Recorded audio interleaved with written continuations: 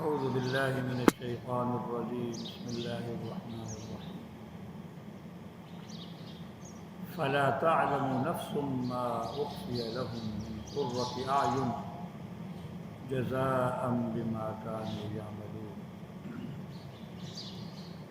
سورہ الف لام میم سجدہ کی آیت نمبر 17 کی میں نے تلاوت کی ہے۔ پچھلی آیات مبارکہ میں اللہ تبارک و تعالی نے اہل ایمان کی چند صفات کا تذکرہ فرمایا۔ اس میں یہ بھی تھا کہ جب ان کو اللہ کی آیات یاد دلائی جاتی ہیں تو سجدے میں گر پڑتے ہیں، اللہ کی پاکی بیان کرتے ہیں، اللہ کی حمد بیان کرتے ہیں اور تکبر نہیں کرتے، اور پھر راتوں کو اٹھ کر اللہ کی حضور نمازیں پڑھتے ہیں، تہجد پڑھتے ہیں، اور پھر خوف اور امید کے بیچ میں اپنے رب سے دعا کرتے ہیں اور ہمارے دیے ہوئے میں سے خرچ کرتے ہیں۔ یہ اہل ایمان کی چند صفات ہیں۔ ہر انسان اپنے آپ کو ٹٹولے کہ یہ صفات میرے اندر ہیں یا نہیں ہیں۔ اگر ہیں تو الحمدللہ اللہ کا شکر ادا کرے، اچھی صفات والا انسان اللہ نے بنایا ہے۔ اگر یہ صفات نہیں ہیں تو ان صفات کو اپنے اندر پیدا کرنے کی کوشش کریں۔ پھر اس پر ملے گا کیا؟ آج جو میں نے آیت مبارکہ تلاوت کی وہ اس کا انجام اور اس کا پھل اور اس کا انعام ہے۔ فَلَا تَعْلَمُ نَفْسٌ مَّا أُخْفِيَ لَهُم مِّن قُرَّةِ أَعْيُنٍ۔ کوئی شخص نہیں جانتا کہ اس کے لیے آنکھوں کی ٹھنڈک سے کیا کچھ اللہ پاک نے پوشیدہ کر رکھا ہے جنت میں، آخرت میں۔ کوئی شخص نہیں جانتا کہ اس کے لیے کیا کچھ چھپایا گیا ہے، پوشیدہ رکھا گیا ہے آنکھوں کی ٹھنڈک سے۔ مطلب یہ ہے کہ آخرت میں اسے کیا کیا نعمتیں ملیں گی، ہر آنکھ سے پوشیدہ ہے، کسی کو بھی کچھ پتہ نہیں۔ قرآن مجید میں جو تذکرے آتے ہیں بس یہ محض جھلک ہے۔ حضرت ابن عباس رضی اللہ تعالیٰ عنہما سے مروی ہے، فرمایا کہ قرآن میں ذکر آتا ہے ایک سیب ہوگا، وہ اس جیسا سیب نہیں ہوگا، یہ صرف نام کی مشابہت ہے، اس کی کیفیت بہت اعلیٰ قسم کی ہوگی، جس سے ناموں میں مشابہت ہے۔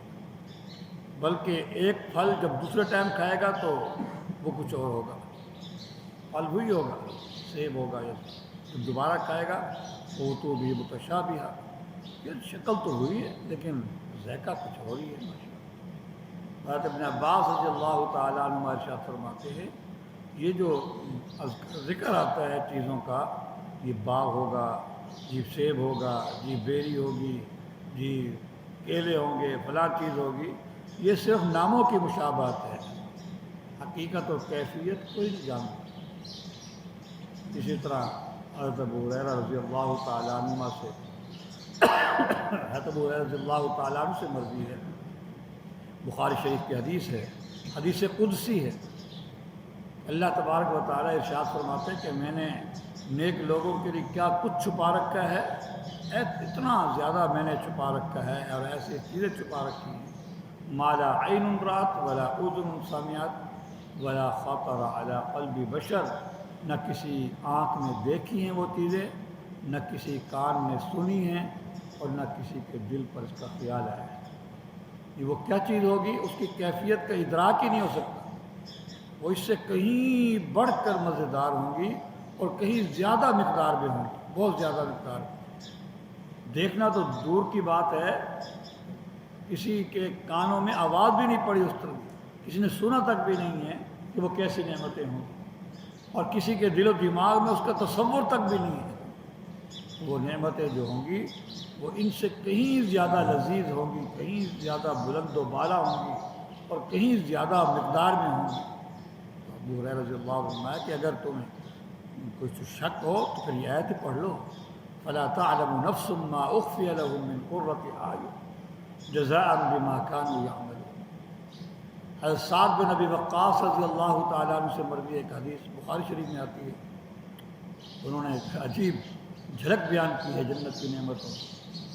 فرمایا کہ جنت میں جو نعمتیں ہیں اس کی صرف اتنی مقدار جتنی ہم اس انگوٹھے کے ناخن پر اٹھا سکتے ہیں، ان نعمتوں میں سے صرف اتنی مقدار جو ہمارے انگوٹھے کے ناخن پر آ سکتی ہے، اگر یہ مقدار ظاہر ہو جائے تو دنیا کی دونوں کنارے مزین ہو جائیں.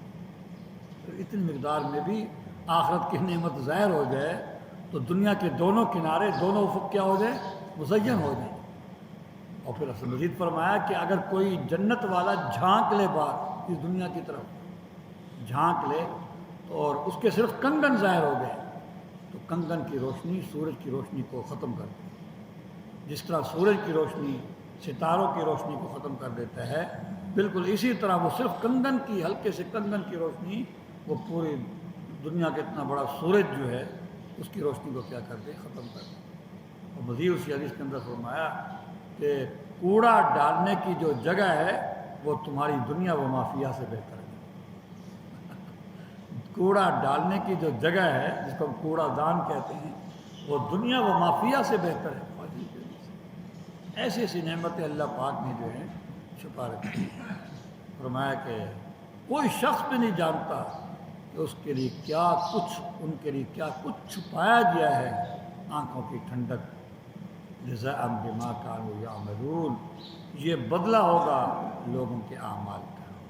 یہ بہت بڑا ایک انعام ہوتا ہے، یہ بہت بڑا اعزاز ہوتا ہے. حالانکہ اللہ پاک نے ہمیں جو دنیا کے اندر زندگی دی ہے یہ بھی اسی کی عطیہ ہے. ہم نے کون سا اللہ پر احسان کیا تھا کہ اس کے بدلے اللہ پاک نے ہمیں وجود دے دیا، زندگی دے دی، سانسیں چل رہی ہیں، صحت ہے، پھر رہے، کھا پی رہے ہیں. یہ خود ہماری جو دنیا کی عبادت ہے وہ دنیا کی ان نعمتوں کے مقابلے میں کافی نہیں ہے. ہماری دنیا کی کسی کی 170 سال کی عبادت ہو اور وہ عبادت میں لگا رہے، اللہ کی دنیا میں ہمیں اللہ نے جو نعمتیں دی ہیں یہ اس کے لیے بھی کافی نہیں ہے. پھر اس کے باوجود اللہ پاک آخر میں فرما رہے ہیں بھائی یہ تمہارے اعمال کا بدلہ ہے. اس سے اگلا آدمی خوش ہو جاتا ہے، قادر شاباش ماشاءاللہ آپ نے بہت اچھا کام کیا، یہ اس کا انعام ہے تو خوشی ہو جاتی ہے. اللہ پاک بھی بہت بڑے ہیں، اللہ پاک بڑے ہیں. فرمارے جزاء بما، ورنہ اللہ پاک کہہ سکتے تھے جی بھی دنیا کی نعمتیں اس کے مقابلے میں تمہاری عبادت کافی نہیں تھی. تو یہ انعام یہ پھر میری طرف سے انعام ہے.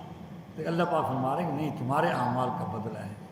یہ بڑا پن ہوتا ہے جزاء بما كانوا يعملون، یہ بدلہ ہے ان اعمال کا جو وہ کیا کرتے ہیں.